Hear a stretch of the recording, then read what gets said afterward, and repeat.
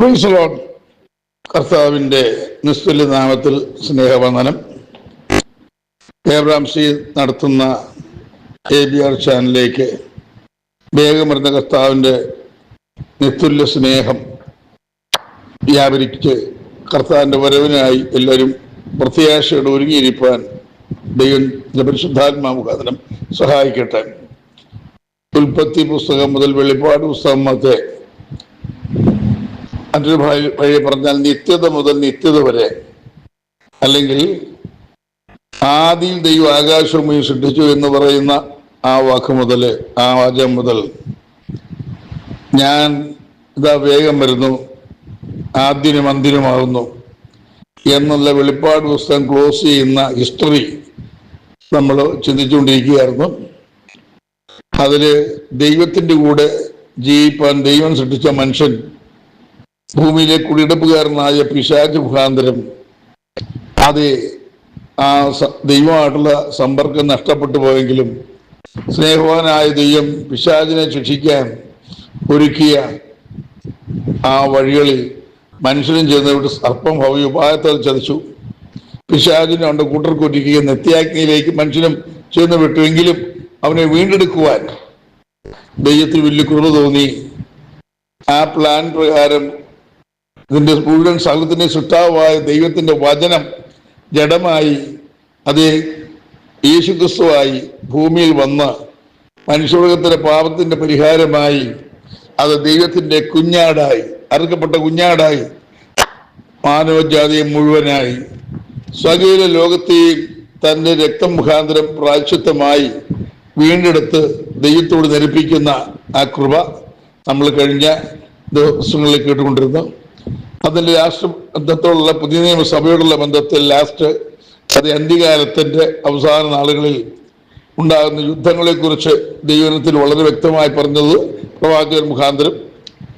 ഒന്നാമത്തെ first world war അതിൻ്റെ ഇസ്രായേലിൻ്റെ രാഷ്ട്രത്തെ അവരുടെ കയ്യിലിരിപ്പ് കാരണം, അല്ലെങ്കിൽ അവരുടെ ദൈവത്തോടുള്ള മത്സരം മുഖാന്തരം മത്സരിക്കുകയും അവർ രാജ്യം അത് സാമൂഹികമായി നഷ്ടപ്പെട്ടത് തിരിച്ചെടുക്കുന്നതും, രണ്ടാമതായി യെരമ്യാ പ്രവാചകൻ മുഖാന്തരം അവരുടെ രാജ്യം നഷ്ടപ്പെട്ടു പോയി, രാഷ്ട്രം നഷ്ടപ്പെട്ടു പോയി, വീണ്ടും രാഷ്ട്രം അവർക്ക് അതേ കർത്താവിൻ്റെ വരവിനോടുള്ള ബന്ധത്തിൽ അന്ത്യകാലത്ത് പറഞ്ഞു നിവൃത്തിയെന്നോണം അത് വീണ്ടും അവർക്ക് സ്ഥാപിക്കപ്പെട്ടു കൊടുത്തു. അത് വീണ്ടും അവരുടെ ദൈവാലയമില്ലായിരുന്നു. യേശു വരുന്ന മാത്രം ദൈവം അനുമ്പ് രാഷ്ട്രമില്ലായിരുന്നു. ആ ദൈവാലയം നഷ്ടപ്പെട്ടു പോയത് അത് ദൈവത്തെ മത്സരിച്ച് അത് ഷെഖേന അവിടുന്ന് പോയി ദൈവാലയം ഇടിച്ചു കളഞ്ഞതും വീണ്ടും ദൈവാലയം പണിയുവാനുള്ള വഴികളൊക്കെ ഒരുങ്ങിക്കൊണ്ടിരിക്കുക. അതാ മൂന്നാം ലോകമായുദ്ധം. മൂന്നാം ലോകമായുദ്ധത്തിൽ മനുഷ്യൻ മരിച്ചാൽ ഉയർത്തി നിൽക്കുമോ? അത് ഉയർത്തി നിൽക്കും. ഉയർത്തി നിൽക്കുന്ന മനുഷ്യൻ മരിച്ചു പോയാൽ എങ്ങോട്ടാ പോകുന്നേ? ആ സ്വർഗത്തിലെ ആത്മാവ് പോകും. ആത്മാ വീണ്ടും ഇതേ ശരീരത്തിൽ ഉയർത്തിനേറ്റ് യേശുക്രിസ്തു ഉയർന്നതുപോലെ ദൈവത്തിനടുക്കിലേക്ക് പോകുന്നതാണ് തേർഡ് വേൾഡ് വാർ.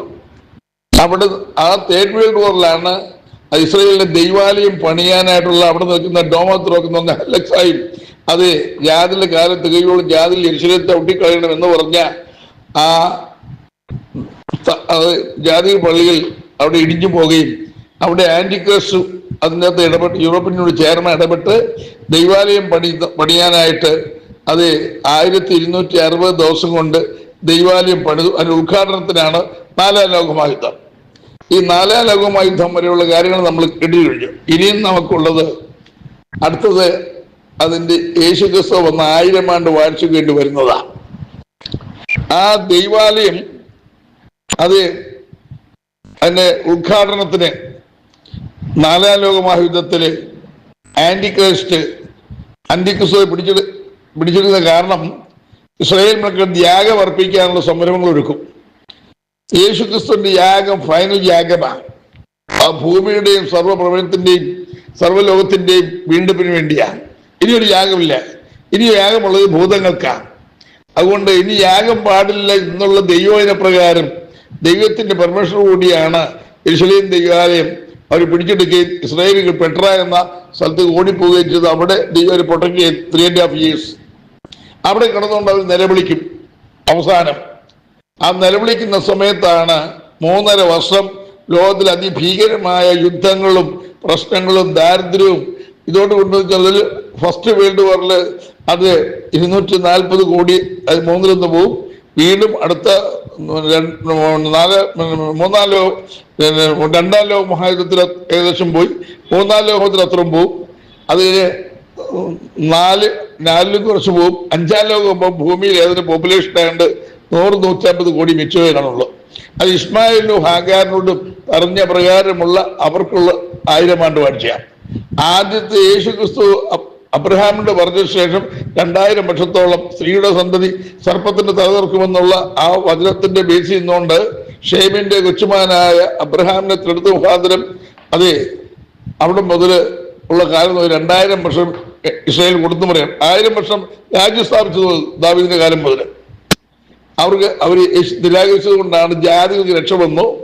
എന്തെങ്കിലും രാജ്യത്തിന്റെ സുവിശേഷം അവരുടെ ദൈവരാജ്യം സ്ഥാപിക്കുന്നുള്ള, അതായത് ഇസ്രയേലിനെ രാജാവായിരിക്കുന്നതാണ്ട് അവരെ അഭിഷേകം ചെയ്ത അതാണ് ആ സ്തോത്രം 1000 ആണ്ട് വാഴ്ച എന്ന് പറഞ്ഞ് അതിനുള്ള ഒരുക്കങ്ങള് അത് നടത്തിക്കൊണ്ടിരിക്കുക. കാരണം അവരുടെ ദൈവാലയം കൈ കിട്ടി പണിത് 3.5 വർഷം കൊണ്ട് പണിത് ഉദ്ഘാടനത്തിന് യാഗം അർപ്പിക്കാൻ അവിടെ യേശുക്രിസ്തുവിനെ മതിലാക്കുന്നപ്പോൾ അവര് പെട്രാലിൽ കുടിച്ചതാ. അത് കഴിഞ്ഞ് അടുത്ത് അവര് ഭയങ്കരമായ യേശുവിനെ ക്രൂശിച്ചതും ഉണ്ടായത് യാക്കോബിന്റെ കഷ്ടകാലം എന്ന് പറയുന്ന അതിഭയാനകമായ ആ സംഭവങ്ങൾ അവിടെ നടക്കുക. അങ്ങനെ അത് ലോകത്തെ മനുഷ്യർക്കും അത് ക്ഷാമവും ഭൂകമ്പവും പട്ടിണിയും കൊലയും പരിശുദ്ധാത്മാവിന് മാറി. പഴയ നിയമത്തെ പരിശുദ്ധാത്മ വ്യക്തികളിൽ ആര് ദൈവത്തെ യേശുക്രിസ്തുവിനെ അംഗീകരിക്കുന്ന ജാതികൾക്കുണ്ട്. അത് വളരെ തുച്ഛമാണ്. 144,000 ഇസ്രായേലിലെ എല്ലാം ഗോത്രത്തിൽ ബന്ദിയിലായിരുന്നു മറ്റും അഭിഷേകിച്ചത് അവരും മിനിസ്റ്ററിനുള്ളത്. അത് 3.5 വർഷം കഴിഞ്ഞു. അവര് 3.5 വർഷം ദൈവാലയം ഉദ്ഘാടനം ചെയ്ത സമയത്ത് അവർ കൊല്ലിയെങ്കിലും അവർ ഉയർന്നേറ്റ് അത് മിഡ് റാപ്ചറായിട്ട് കുറച്ചുപേര് പോയി. പിന്നെയും ഉള്ളത് നമ്മൾ പറയും കാരാവറക്കെന്ന് പറഞ്ഞ ഒലിവ്. അതിന് കൊയ്ത്ത് ഇസ്രായേലിന് കൊടുത്ത 5 കൊയ്ത്തിന്റെ അകത്ത് ഒലിവിന്റെ കൊയ്ത്താണ് ലാസ്റ്റ്. അത് എല്ലാവർക്കും ഇല്ല, വളരെ പ്രയാസമാണ്. കുറച്ചുപേർ രക്ഷപ്പെടും. അല്ല യേശുവിനെ പേഴ്സണൽ പഴയ നിയമത്തിൽ ദൈവം വ്യക്തിപരമായിട്ടാണ് പരിശുദ്ധാത്മാവ് വരികയും പ്രവർത്തിക്കുകയും ചെയ്തതുപോലെ ഇനി കാലഘട്ടത്തിൽ പരിശുദ്ധാത്മാ മൊത്തമില്ല. ആര് യേശു കർത്താവിനെ അംഗീകരിക്കുന്നോ ദൈവവചന നിമിത്തവും അത് യേശു ക്രിസ്തുവിന്റെ സാക്ഷ്യത്താലും അവര് രക്ഷാക്ഷികളാകുക മിക്കവാറുമില്ല. അവര് സ്വർഗത്തിലേക്ക് പോയിട്ട് അങ്ങനെ അതിന്റെ ഏറ്റവും അവസാനം ആന്റിക്രൈസ്റ്റ് എന്ന് പറയുന്ന എന്തിക്രിസ്തു അത് യെരൂശലേമിനെതിരെ ആയിട്ട് എന്ത് ചെയ്യുക, വലിയ പട നീക്കും പിടിച്ചെടുക്കാനായിട്ട്. ആ പിടിച്ചെടുക്കാനായിട്ട് വരുന്ന സന്ദർഭത്തിൽ അതിന് വളയുമ്പോഴാണ് അല്ലല്ലിയ 5ാം ലോകമഹായുദ്ധം എന്ന് പറഞ്ഞ ഹർമഗദോൻ സ്വത്രം പിടിച്ചെടുത്ത് അവിടെ പഠിക്കുന്ന ഇന്ത്യയും ചൈനയും പാകിസ്ഥാനും എല്ലാം കൂടി ആന്റിക്രൈസ്റ്റിനെതിരായിട്ട്. കാരണം ഇവനെ ലോകത്തെ മുഴുവൻ പ്രശ്നം ഉണ്ടാക്കി അവന്റെ സാമ്പത്തിക വലിയ പ്രയാസമാണ്. അവനെ കൺട്രോൾ ചെയ്യുന്ന അവന്റെ വിചാരം. അപ്പൊ ഇന്ത്യയും ചൈനയും പാകിസ്ഥാനും എല്ലാം കൂടെ ഒരുമിച്ച് ഒറ്റക്കെട്ടായിട്ട് കിഴക്കൻ രാജ്യങ്ങൾ ഈ ആന്റിക്രൈസ്റ്റ് യൂറോപ്പിനെതിരായിട്ട് പടയൊരുക്കും. അതാണ് 5ാം ലോക മഹായുദ്ധം എന്ന. അതുകൊണ്ടാണ് വെളിപ്പാട് പുസ്തകത്തിന്റെ 16-ാം അധ്യായത്തിൽ കിഴക്കിൽ നിന്നുള്ള വൃത്താന്തങ്ങളാൽ അവൻ പരിഭ്രമം മാത്രമാകും. അവൻ യെരൂശലേം ദൈവാലയത്തിൽ അവിടെ മണിപ്പന്തലിട്ട് 4ാം ലോക മഹായുദ്ധം മുതൽ ഞാൻ ലോകത്തിന്റെ രാജാവ് എന്ന രീതിയിൽ, അതായത് ഒരു മനുഷ്യന് എത്രമാത്രം ഉയരം ഏകലോക രാജാവായിട്ട്. ഹല്ലേലൂയ. അതാണ് ലോകത്തിലെ പ്രധാന രാഷ്ട്ര നേതാക്കൾ പലരുമുണ്ട്. ഈ ലോകത്തിലെ സകല പ്രശ്നങ്ങൾക്കും കാരണം ഒരു അതിമനുഷ്യനെ വേണം, അധികാരനെ വേണം. അത് മനുഷ്യന് എത്രമാത്രം എന്തായാലും പ്രശ്നം പരിഹരിക്കാനൊക്കെ, പക്ഷെ പ്രശ്നം കൂടുക. അത് ആ മനുഷ്യന്റെ കമ്പ്യൂട്ടർ വെച്ച് ലോകം മുഴുവൻ അവൻ ഒരേ സമയത്ത്. അതാണ് ഇന്നത്തെ ഈ സ്തോത്രം. കമ്പ്യൂട്ടർ എന്ത് ചെയ്യുക, അവൻ ഒരേ സമയം പരിചയപ്പെടും. യന്ത്ര മനുഷ്യൻ അവന്റെ സ്വരൂപം ഒരാളുടെ രൂപം വെച്ച് എന്ത് ചെയ്യാം, അതെല്ലായിടത്തും ഒരേ സമയത്ത് ലോകം മുഴുവൻ വ്യാപരിക്കും. ഹല്ലേലൂയ. അപ്പോഴത്തേക്ക് എന്ത് ചെയ്യാം, ഹാഗാറിന്റെയും ഇസ്മായിലിന്റെയും ദൈവങ്ങളെയും ഗിരഹരാത്തൊന്നും അവരെ ആരാധിക്കാൻ പറയും, അവനെ അംഗീകരിക്കാനൊക്കെ ഒത്തില്ല. അവരെല്ലാം കൂടെ ഇന്ത്യയും ചൈനയും പാകിസ്ഥാനും കിഴക്കൻ രാജ്യമുള്ളതിനെതിരെ അന്തിക്രിസ്തുവിനെതിരെ പോരാടും. അതാണ് 5th വേൾഡ് വാർ. ആ യുദ്ധം കഴിയുമ്പോഴത്തേക്ക് ഹല്ലേലൂയ, അത് യുദ്ധത്തിന്റെ അവസാനം ഒലിവമലയിലേക്ക് 3-4 ഉയർന്ന 1000 വിശുദ്ധന്മാർ കർത്താവിനോട് വന്ന് 1000 ആണ്ട് വെല്ലിനെ ആരംഭിക്കും. Price the Lord. തൽക്കാലം അടുത്ത ഭാഗത്ത് അടുത്ത എപ്പിസോഡിൽ അത് അതിന്റെ ബാക്കി പറയാം. ഇപ്പം നോക്കും നമ്മുടെ കർത്താവ് വരുന്നു. അത് രക്ഷിക്കപ്പെട്ട് സ്നാനപ്പെട്ട് പരിശുദ്ധാത്മാവ് പ്രാപിച്ച് ദൈവവചനം അനുസരിക്കുന്നവർക്ക് മാത്രമാണ് നിത്യജീവൻ.